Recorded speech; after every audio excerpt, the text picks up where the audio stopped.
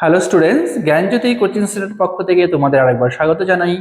আমি রাজীব স্যার এবং আজকে আমরা আলোচনা করব সিবিপিবিইউ ইউনিভার্সিটির আন্ডারে তোমরা যারা পলিটিক্যাল সায়েন্স নিয়ে পড়াশোনা করছো তাদের জন্য আজকে 6 সেমিস্টারের মেজর পেপার 10 এর যে বিষয়টি আমাদের কাছে রয়েছে সেটা হলো নারীদের আইনসভায় নারীদের জন্য যে আসন সংরক্ষণ করা হয়েছে, ঠিক আছে।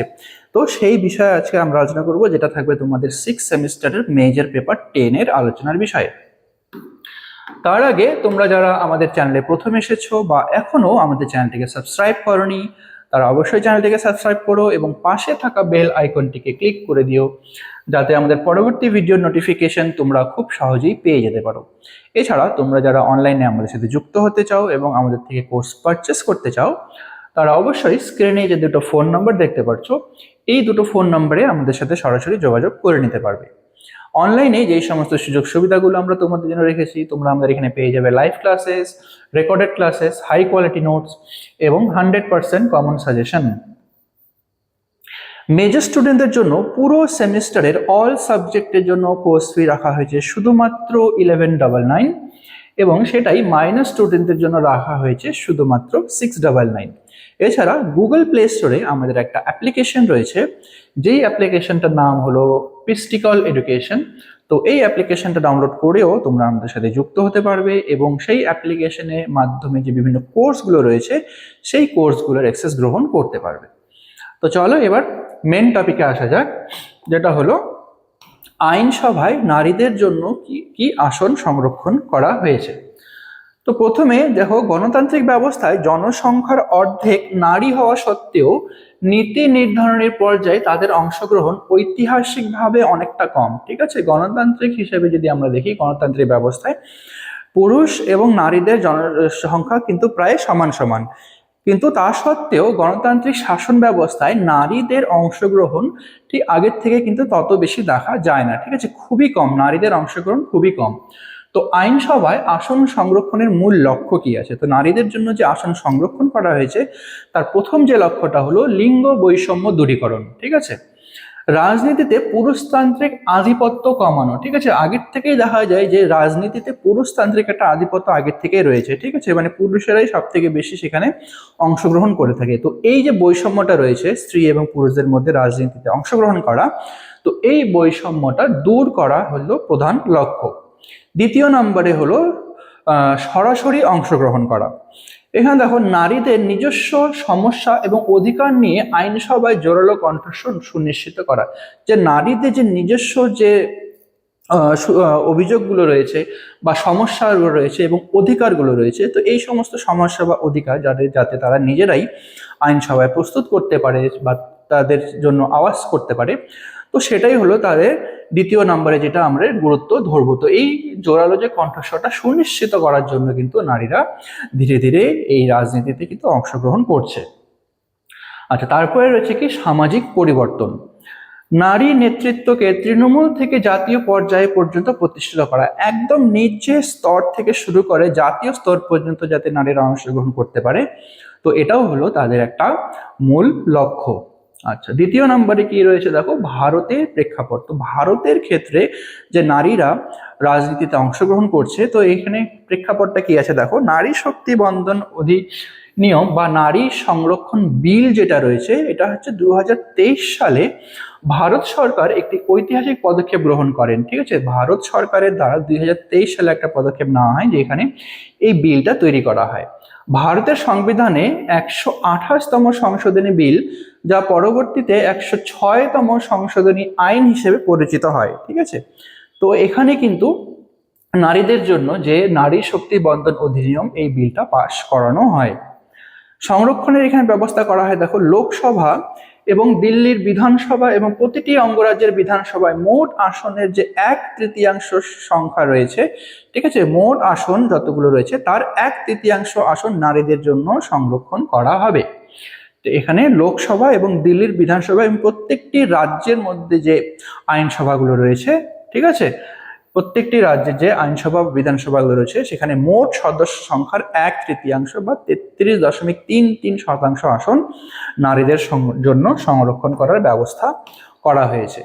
তপশিলি জাতি এবং উপজাতিদের জন্য ঠিক একই, ঠিক আছে। প্রত্যেকটি রাজ্যের এসসি বা এসটি যে তপশিলি জাতি এবং তপশিলি উপজাতিরা রয়েছে তাদের জন্য সংরক্ষিত আসনগুলোর মধ্যে 33% আসন এই এসটি এসসি সম্প্রদায়ের জন্য বরাদ্দ থাকবে, ঠিক আছে। এসটি এসসি সম্প্রদায়ের জন্য 33% আসন কিন্তু এখানে সংরক্ষিত করে রাখা হয়েছে। নেক্সট হলো ঘূর্ণায়মান পদ্ধতি। কি আছে এখানে দেখো, যে সংরক্ষিত যে আসন 33% যে আসনটা সংরক্ষিত করা হয়েছে এসটি এসসি মহিলাদের জন্য, তো এটা পর্যায়ক্রমে পরিবর্তিত হবে যাতে বিভিন্ন এলাকার নারীরা ঠিক একইভাবে সেই সুযোগটা পেয়ে থাকে, ঠিক আছে। এই জন্য এটাকে রোটেশন পদ্ধতি বলা হয়, যেন প্রত্যেকেই এই সুযোগটা আস্তে আস্তে করে বা এক এক করে পেতে থাকে। কার্যকারিতা কি আছে, এই পরিবর্তন সীমানা পুনর্নির্ধারণ এবং আদমশুমারির পর কার্যকর করা হবে।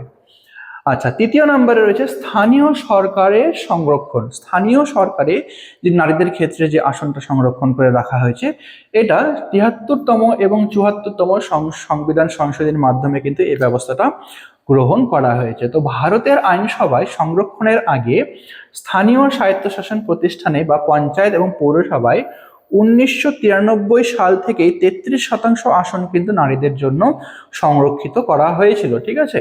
33% আসন কিন্তু নারীদের জন্য তখন থেকেই সংরক্ষিত হয়েছে। বর্তমানে অনেক রাজ্যে এটি বাড়িয়ে 50% করা হয়। আগে 1993 সাল পর্যন্ত এটা 33% ছিল, কিন্তু এখন বর্তমানে কোনো কোনো রাজ্যে এটা করা হয়েছে 50%। এর ফলে তৃণমূল পর্যায়ে লক্ষ লক্ষ নারী নেত্রী তৈরি হয়েছে, ঠিক আছে। তৃণমূল পর্যায় থেকে একদম রাজ্য স্তর পর্যন্ত কিন্তু এই 50% আসন সংরক্ষণের জন্য লক্ষ লক্ষ নারী কিন্তু এখন নেত্রী হতে পেরেছে, ঠিক আছে। আচ্ছা, নেক্সট হলো ইতিবাচক দিক। এই যে এর ইতিবাচক দিক কি কি রয়েছে, যে সংবিধানের শাসন ক্ষেত্রে নারীদের জন্য যে আসন সংরক্ষণ করা হয়েছে এর অনেকগুলো কিছু ইতিবাচক দিক রয়েছে।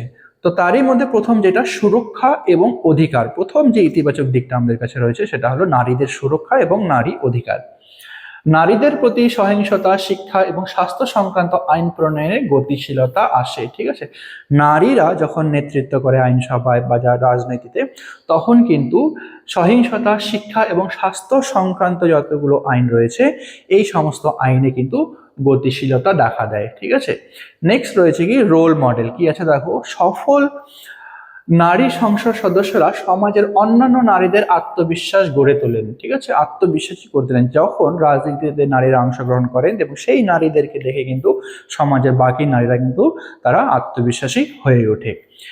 তারপরে রয়েছে কি ন্যায্যতা। জনসংখ্যার অর্ধেক অংশকে সিদ্ধান্ত গ্রহণ প্রক্রিয়া থেকে বাইরে রাখা অগণতান্ত্রিক। জনসংখ্যা, ভারতের মোট জনসংখ্যার অর্ধেক যে নারী জাতিরা রয়েছে তাদেরকে যদি আমরা এই আইন সংক্রান্ত বা অংশগ্রহণ সিদ্ধান্তকে এই সমস্ত বিষয়ে, রাজনৈতিক বিষয়ে যদি আমরা তাদেরকে বাইরে রেখে দিই, তাহলে কিন্তু এটা একটা অগণতান্ত্রিক বিষয় হয়ে দাঁড়াবে। তো তাদের জন্য ঠিক একই সমান অধিকার দেওয়াটা খুবই জরুরি, যাতে রাজনৈতিক ক্ষেত্রে নারীরা অংশগ্রহণ করে যেন এই সমস্ত বিষয় দ্বারা নিজের ক্ষমতাকে আগে নিয়ে চলে। নেক্সট রয়েছে চ্যালেঞ্জ এবং সমালোচনা। তো এই সমস্ত ক্ষেত্রে কিন্তু নারীদের ক্ষেত্রে সামনে অনেক ধরনের চ্যালেঞ্জের সৃষ্টি হয় এবং তারা অনেক সময় সমালোচনার মুখেও পড়ে। যেমন কি রয়েছে, যেমন কি প্রক্রিয়া রাজনীতি। অনেক সময় দেখা যায় যে নারী নেত্রীর আড়ালে তার স্বামী বা পরিবারের পুরুষ সদস্যরাই সিদ্ধান্ত নিচ্ছেন। তো এই যে নিয়মটা রয়েছে, যে নারীদেরকে সামনে রেখে, শুধুমাত্র নামমাত্র শাসক হিসেবে নারীদেরকে সামনে রেখে, নারীর পিছনে কিন্তু সেই বাড়ির কোনো পুরুষ বা কোনো স্বামী বা কোনো যে মেন যে পুরুষ সদস্য রয়েছে তিনি কিন্তু বাকি সমস্ত কাজগুলো করে থাকেন। যোগ্যতার প্রশ্ন।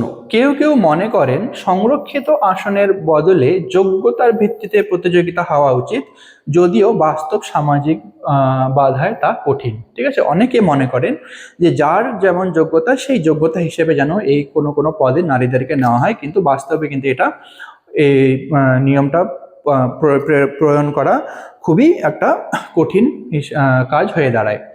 নেক্সট হলো মেয়েদের সীমাবদ্ধতা। তো রাজনীতির ক্ষেত্রে কিন্তু সেইভাবে নারীরা সমস্ত দিকে কিন্তু অংশগ্রহণ করতে পারে না, তাদের জন্য অনেক কিছু তাদের সীমাবদ্ধতা থেকে যায়। ভারতের বিলে এই সংরক্ষণ আপাতত 15 বছরের জন্য করা হয়েছে, যা পরবর্তীতে সংসদ চাইলে কিন্তু আরো বাড়াতে পারে। ঠিক আছে, তো এই সীমাবদ্ধতা, কিছু কিছু সীমাবদ্ধতা রাখা হয়েছে নারীদের ক্ষেত্রে। তো এটা শুধুমাত্র 15 বছরের জন্য করা হয়েছে। যদি ভারত সরকার চায় তাহলে এটাকে আরো পরে বাড়াতেও পারে বা বাড়াতে নাও পারে। তো এটাই ছিল তোমাদের আজকের আলোচনার বিষয়। ভিডিওটি যদি তোমাদের ভালো লেগে থাকে তাহলে অবশ্যই লাইক আর কমেন্ট করো। দেখা হবে পরবর্তী ভিডিওতে নতুন কোনো টপিক নিয়ে। ততক্ষণ পর্যন্ত ভালো থেকো, সুস্থ থেকো।